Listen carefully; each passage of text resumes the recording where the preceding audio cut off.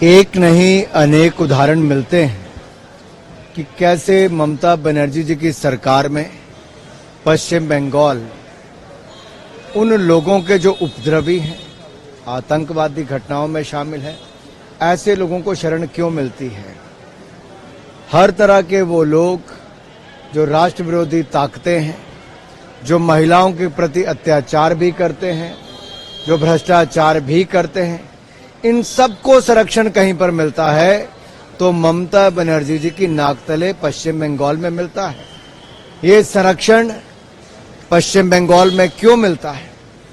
भ्रष्टाचार के नए रिकॉर्ड पश्चिम बंगाल में बने, इनके मंत्रियों के घर पे करोड़ों रुपए पकड़े गए, महिला अपराध में तृणमूल के नेताओं का नाम आया, उनको संरक्षण देने में इनकी सरकार का नाम आया। आतंकवादी चाहे पश्चिम बंगाल में घटना करें या बेंगलुरु में करें, लेकिन संरक्षण पनाह उनको कहीं मिलती है, तो पश्चिम बंगाल में ऐसा क्यों? सर, राहुल गांधी जी का कल मैनिफेस्टो को लेकर बयान दिया गया है कि इसमें तो इन्फिल्ट्रेशन और जो है अनएम्प्लॉयमेंट, इन्फ्लेशन और अनएम्प्लॉयमेंट की बात जो है नकार दिया है। मुझे लगता है श्रीमान राहुल गांधी जी अगर यूपीए के कार्यकाल को देखेंगे तो 2013-14 में भी जब वो सत्ता से जा रहे थे तब भी 13% महंगाई दर थी, 13%। आज दुनिया के कई हिस्सों में जंग छिड़ी है, उसके बावजूद जहां पश्चिम देशों में महंगाई दर बहुत बढ़ गई, उसकी तुलना में महंगाई दर बहुत नियंत्रण में भारत में है। मोदी सरकार ने हर वो कदम उठाए कि गरीब की थाली अनाज से भरी रहे, ना अनाज की कमी आने दी, ना मुफ्त इलाज की। पक्के मकान भी दिए तो शौचालय से लेके बिजली और रसोई गैस के सिलेंडर भी दिए। ये मोदी सरकार ने किया, जहां 25 करोड़ गरीबों को गरीबी रेखा से बाहर निकाला, 43 करोड़ मुद्रा लोन देकर अपने पांव पर खड़ा होने का अवसर दिया, और अब आगे उसकी राशि को दुगना करने का काम, यानी कि 20 लाख रुपया, 10 लाख वाले को 20 लाख कर देंगे, मोदी सरकार ने तय किया है।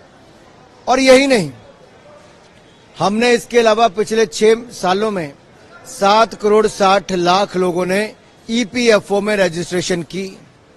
इससे पता चलता है फॉर्मल इकोनॉमी में भी रोजगार के बड़े अवसर बढ़े हैं। पिछले 1 साल में लगभग 1.5 करोड़ लोगों को प्रत्यक्ष तौर पर नौकरी सीधा फॉर्मल सेक्टर में मिली, तो उतनी इनफॉर्मल सेक्टर में मिली होगी। इसी तरह से ही हमारा स्टार्टअप कांग्रेस के समय कहीं नहीं था दुनिया में, सिर्फ 500 कंपनीज थी। आज 1,20,000 स्टार्टअप्स और दुनिया में तीसरा स्थान भारत का है।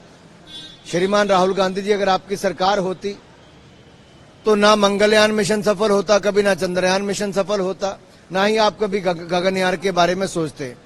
क्योंकि कांग्रेस तो वो सोचती है जो विदेशी ताकतें देश के बारे में सोचती हैं। इसलिए कांग्रेस चाहती है कि न्यूक्लियर वेपन्स को भारत से खत्म कर दिया जाए। ये कैसी सोच है अपने देश को कमजोर करने की?